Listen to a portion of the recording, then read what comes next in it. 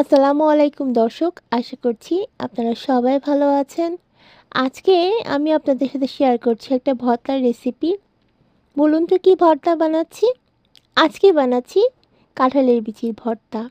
কাঁঠালের বিচির ভর্তা যারা খান তারা তো জানেন এটা খেতে কত সুস্বাদু হয়। কাঁঠাল খাওয়ার পরে বিচিগুলো আগে আমি ভালো করে শুকিয়ে নিয়েছি। এবারে আমি কাঁঠালের বিচিগুলোকে টেলে নিব। অনেকে এটাকে সিদ্ধ করে নেয়, কিন্তু আমি এটাকে সিদ্ধ করে নিব না।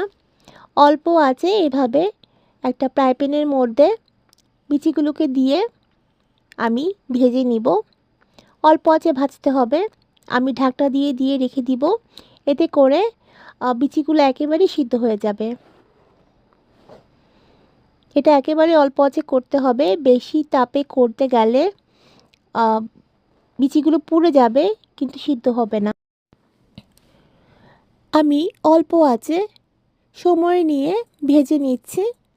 এবারে ঢেকে কিছুক্ষণের জন্য রেখে দিচ্ছি। এতে করে বিচিগুলো সিদ্ধ হয়ে যাবে।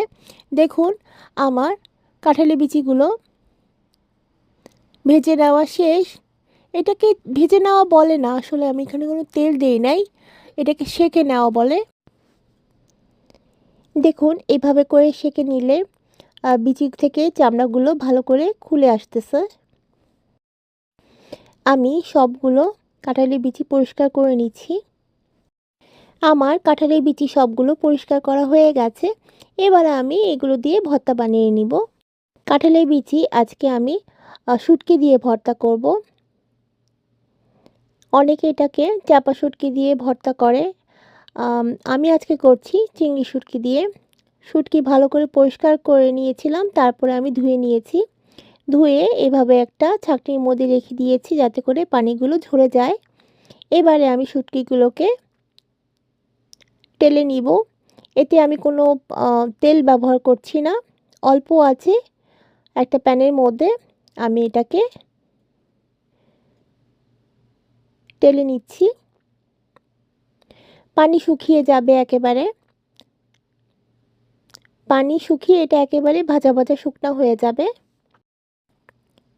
আমার চিংড়ি শুটকি টেলে নেওয়া শেষ। চিংড়ি শুটকি একেবারে ভাজা ভাজা হয়ে গেছে। এর মধ্যে আর কোনো পানি নেই। বাদামি মুচমুচে হয়ে গেছে। এবার আমি এটা নামিয়ে নিচ্ছি। এবার প্যানে সরিষার তেল দিয়ে দিচ্ছি। তেল গরম করে নিয়ে এতে দিয়ে দিচ্ছি রসুন। রসুনের পরিমাণটা একটু বেশি। সাথে দিয়ে দিচ্ছি ঝাল মতো কাঁচামরিচ। রসুন আর কাঁচামরিচটা ভেজে নিচ্ছি। অল্প আঁচে ভেজে নিতে হবে। রসুনটা নরম হওয়া পর্যন্ত ভেজে নিচ্ছি। কাঁচামরিচ আর রসুন সিদ্ধ হয়ে গেছে, ভাজা হয়ে গেছে। আর এদিকে কাঁঠালের বিচিটাও পরিষ্কার করে নিয়েছিলাম আগে। দেখুন, কাঁঠালের বিচি সিদ্ধ নরম হয়ে গেছে। হাত দিয়ে এভাবে ভাঙা যাচ্ছে। সব কিছু রেডি হয়ে গেছে। এবার চলুন তাহলে ভর্তা বানানো শুরু করি। আজকে কাঁঠালের বিচি আমি শিলপাটায় বেটে ভর্তা করব।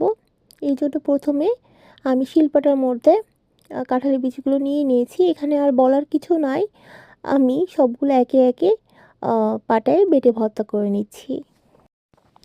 এই যে দেখুন, আমার এই পাটাটা কত ছোট আর কিউট একটা পাটা। এটা আমার খুব শখের একটা পাটা। এটা যখন আমি বাংলাদেশে গিয়েছিলাম লাস্টবার, তখন আমার আম্মু আমাকে এটা কিনে দিয়েছে। এটা আমি খুব যত্ন করে রাখি।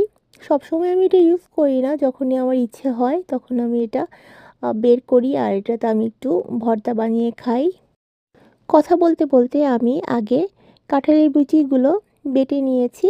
এবারে নিয়ে নিচ্ছি বেটে শুটকি। শুটকিও বাটা হয়ে গেছে। সব কিছু আমি একটা প্লেটে উঠিয়ে নিচ্ছি।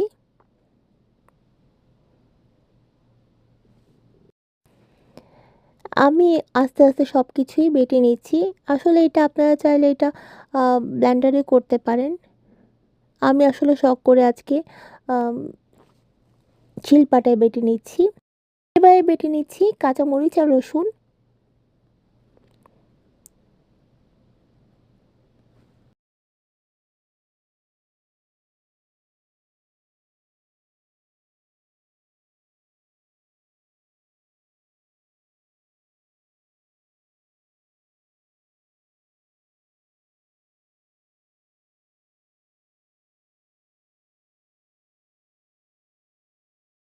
কাঁচামরিচ আর রসুন বেটে নেওয়ার পরে এবারে আমি ধনিয়া পাতা আর পেঁয়াজও বেটে নিচ্ছি। পেঁয়াজটাকে একটু আদা ভাঙা করে বেটে নিব, একেবারে মিহি করছি না। এবারে সব কিছু আমি একটা প্লেটে নিয়ে নিচ্ছি। আমার পাটাটা যেহেতু ছোট, তাই আমি সব কিছু একসাথে পাটার মধ্যে বেটে নিতে পারছি না, তাই আমি এইভাবে প্লেটের মধ্যে নিয়ে সব কিছু মাখিয়ে নিচ্ছি হাতে। এবার আমি এখানে দিয়ে দিচ্ছি স্বাদ মতো লবণ আর দিয়ে দিব সরিষার তেল। সব কিছু একসাথে হাত দিয়ে মাখিয়ে নিচ্ছি। কাঁঠালের বিচি ভর্তা বানানো শেষ, এবারে পরিবেশন করে নিচ্ছি। আজকে তাহলে এই পর্যন্তই। ভালো থাকবেন সবাই। আমি আপনাদের জন্য দোয়া করি, আপনারাও আমার জন্য দোয়া করবেন। আসসালামু আলাইকুম, আল্লাহ হাফিজ।